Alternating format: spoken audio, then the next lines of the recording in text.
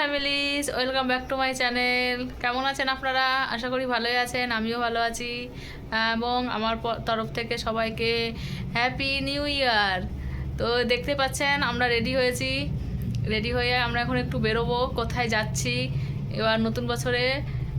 যে জায়গাটা না গেলেই না, একটু দেখা করতে যাচ্ছি, দেখা করে আসি। তো চলুন কোথায় যাচ্ছি সেটা দেখার জন্য আমার ব্লগটাই থাকুন। এটি আমার ফার্স্ট ব্লগ।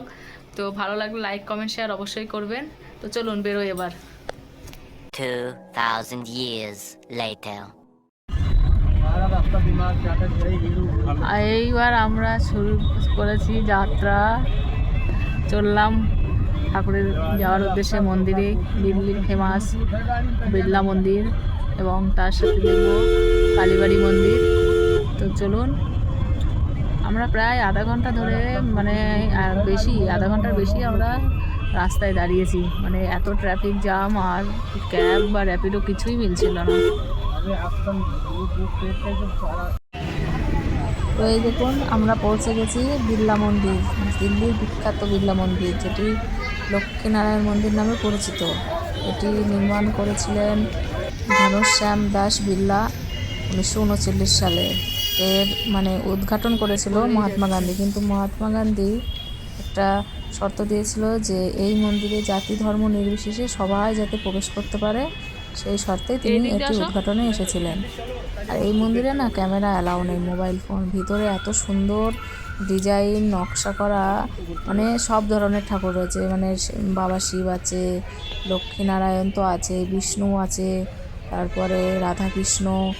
তাই জন্য আমরা যখন মন্দির থেকে দেখছেন এটা হচ্ছে মন্দিরের ভিতর। এর ভিতরে অনেক ধরনের ছোটো ছোটো কক্ষ করে মন্দির আছে। তার পাশে এটা বাজার। কিন্তু এই একটা মাত্র দোকান এখানে, কিন্তু এখানে বিশাল জিনিসের দাম।